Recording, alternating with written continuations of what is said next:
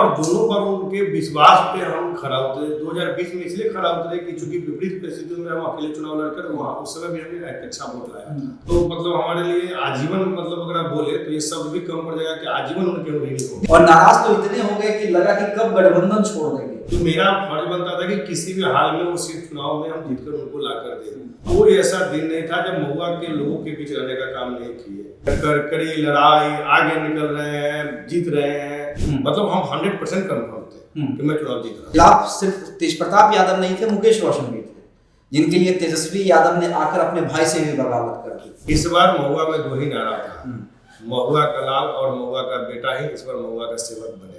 तो उनका एक विश्वास था कि भाई चाहे किसी भी जाति का हो, किसी भी दल का हो, निश्चित रूप से आज बिहार में हम लोग इतने अच्छे वोटों से जीते हैं, इतनी ज्यादा संख्या सीट में जीते हैं, तो कहीं ना कहीं इसमें उनका श्रेय भी बहुत ज्यादा है हमारे। तो निश्चित रूप से जब इन्होंने एक कार्यकर्ता को बैठाने का काम किया तो कार्यकर्ता को लगा कि मैं भी नेता बन सकता हूँ। एनडीए का चेहरा छोड़ा गया, उसमें चिराग पासवान सबसे आगे रहेगा। देखिए, चिराग पासवान के खासम खास, और जिसपे चिराग पासवान ने न सिर्फ भरोसा किया बल्कि वो अहम सीट दे दी जिस पर प्रतिष्ठा खुद चिराग पासवान की लगी हुई। जी हाँ, तेज प्रताप यादव, क्योंकि देखिए तेज प्रताप यादव को लेकर भी महुआ में यह चर्चा थी कि लालू यादव का बेटा है और इसे जिताना। तेज प्रताप यादव ने अपने चुनाव प्रचार में अक्षरा सिंह से लेकर पाकी हेगड़े तक को उतार दिया, लेकिन जीत किसकी हुई? जीत हुई संजय सिंह की। देखिए, तमाम चीजें जब चुनाव प्रचार के दौरान क्या क्या चल रहा था उस पर भी बात करेंगे, और भविष्य में इनकी राजनीति क्या होगी इस पर भी बात करेंगे। संजय जी, पहले तो बहुत बहुत बधाई, हालांकि बधाई हमने दिया है, लेकिन अब चूंकि भागदौड़ थोड़ा खत्म हुआ है, कि कैसी लड़ाई थी जब सिंबल मिला, जब क्षेत्र में गए, लगा कि यहाँ पे तो सीधे सीधे लालू यादव के बेटे से मुकाबला है। सबसे पहले तो दसवा चैनल के जितने भी आपके टीम है शुरू से खबर करते हैं, सारे टीम को अपने तरफ से बहुत बहुत धन्यवाद देते हैं। और आपने जो पूछा उसमें सबसे पहले अगर हमारे लिए कोई अगर सहृदय धन्यवाद के कोई पात्र है तो निश्चित रूप से हमारे नेता आदरणीय श्री चिराग पासवान जी हैं, जिन्होंने 2020 में भी मुझ पे विश्वास को जताया और 2025 में भी विश्वास को जताया, और दोनों पर उनके विश्वास पे हम खरा उतरे। 2020 में इसलिए खरा उतरे कि चूंकि विपरीत परिस्थितियों में हम अकेले चुनाव लड़कर वहाँ उस समय भी हमने एक अच्छा वोट लाया था, और 2025 में इसलिए कि चूंकि यह सीट दूसरे गठबंधन में चला गया था, गठबंधन के दूसरे साथी को, उसके बाद उन्होंने उस सीट को लेकर मुझे दिया। इसके लिए हम कुछ भी मतलब अगर करें तो मतलब हमारे लिए आजीवन, मतलब अगर आप बोले तो ये शब्द भी कम पड़ जाएगा कि आजीवन उनके ऋणी हो। बिल्कुल, और जब वो भी सीट बिल्कुल उपेंद्र कुशवाहा के द्वारा मांगी जा रही थी, और नाराज तो इतने हो गए कि लगा कि कब गठबंधन छोड़ देंगे। नित्यानंद राय तक बात नहीं, अमित शाह को इंटरफेयर करना पड़ा, फिर भी चिराग जी आपके लिए अरे। निश्चित रूप से इसलिए तो हम बोले ना कि उनका कहीं ना कहीं प्रेम से जो आशीर्वाद हमको मिला कि 2025 में जब सीट उन्होंने लाकर दिया, उसी दिन से मुझे लगा एक आत्मशक्ति आ गई मुझे कि जब इतना नेता पर भरोसा करके और दूसरे से सीट लाकर दिए हैं तो मेरा फर्ज बनता था कि किसी भी हाल में वो सीट चुनाव में हम जीतकर उनको लाकर दें। यही कारण था कि 2020 से 25 के बीच में जब हम चुनाव हारे, उसके बावजूद अब मेरे सोशल मीडिया प्लेटफॉर्म पे किसी पे भी जाकर देखें, हम कोई ऐसा दिन नहीं था जब महुआ के लोगों के बीच रहने का काम नहीं किए।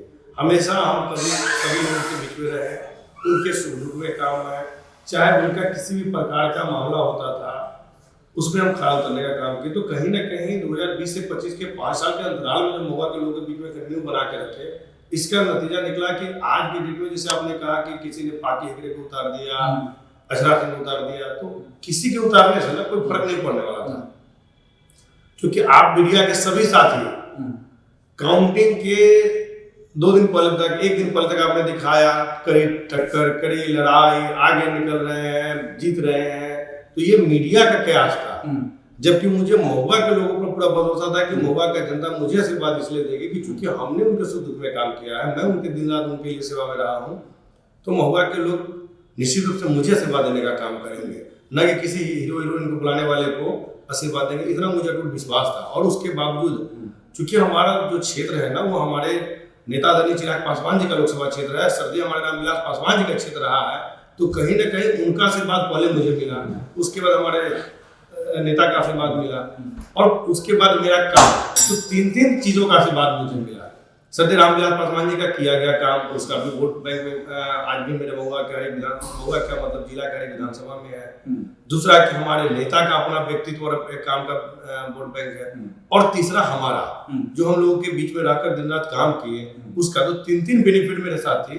उसके बाद चुनाव में हमको किसी प्रकार का कोई असमंजस ही नहीं था, कोई मतलब सोचने की जरूरत नहीं थी। मतलब हम 100% कंफर्म थे कि मैं चुनाव जीत रहा हूँ। नहीं कंफर्म थे, लेकिन आपके खिलाफ सिर्फ तेज प्रताप यादव नहीं थे, मुकेश रोशन भी थे, जिनके लिए तेजस्वी यादव ने आकर अपने भाई से भी बगावत कर दी। तो स्टार्टिंग में लग रहा था त्रिकोणीय मुकाबला है, क्योंकि देखिए एक तरफा लड़ाई तो समझ में आती है, जब त्रिकोणीय लड़ाई हो तो वोटर भी कंफ्यूज होते हैं, प्रत्याशी भी कंफ्यूज होती है कि यार यहाँ पे कहीं भी मामला फंस ना जाए। देखिए सबसे बड़ी बात है ना कि लोगों ने इस बार देख लिया था कि भाई अभी तक हमने बहुतों को देखा है, इस बार महुआ में 2 ही नारा था, महुआ का लाल और महुआ का बेटा ही इस बार महुआ का सेवक बनेगा। दूसरा कि इस बार स्थानीय को आप जिताते हैं तो महुआ में स्थानीय को पता है कि कौन सा काम होना बाकी है, कौन सा काम अभी तक नहीं हुआ है, ये स्थानीय को पता है। कोई जो बाहर से जाकर और चुनाव लड़ेगा उसको नहीं पता है कि कहाँ पे कौन कौन काम होना है, कौन कौन काम नहीं होना है। तो इस चीज को हम जब जनता के बीच में जाते थे और अपनी बातों को रखते थे तो लोग इसको मतलब बहुत ही पेशेंसली सुनते थे।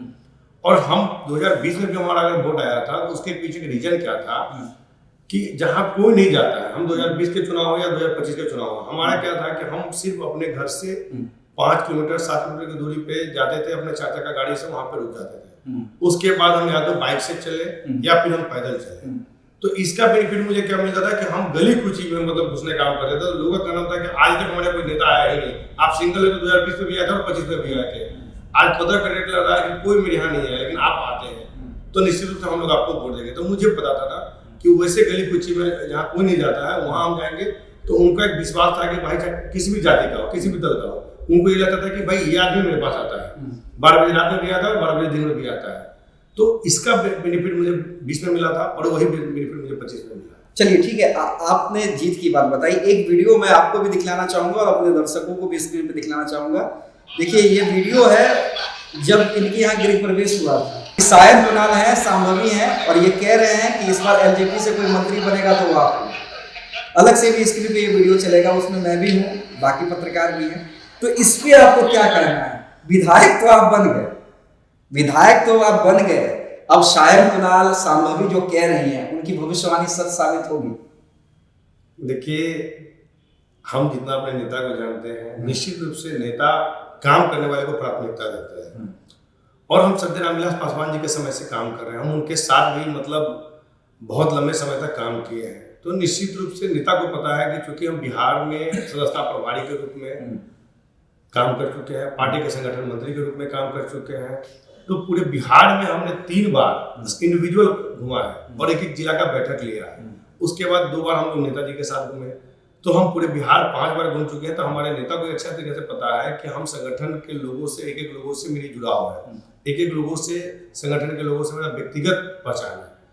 तो कहीं ना कहीं नेता को हमारे पता है कि भाई हम वैसे लोगों को अगर उतारते हैं जिससे कि मतलब संगठन के लोगों को और सभी को फायदा मिलता है, तो हम लोग सिपाही हैं। अगर नेता का अगर आगे जिस प्रकार से सब दिन हम लोग का आशीर्वाद मिला है, अगर आगे भी उनका आशीर्वाद मिलेगा तो निश्चित रूप से हम लोग पार्टी के सिपाही हैं, काम करेंगे। बिल्कुल।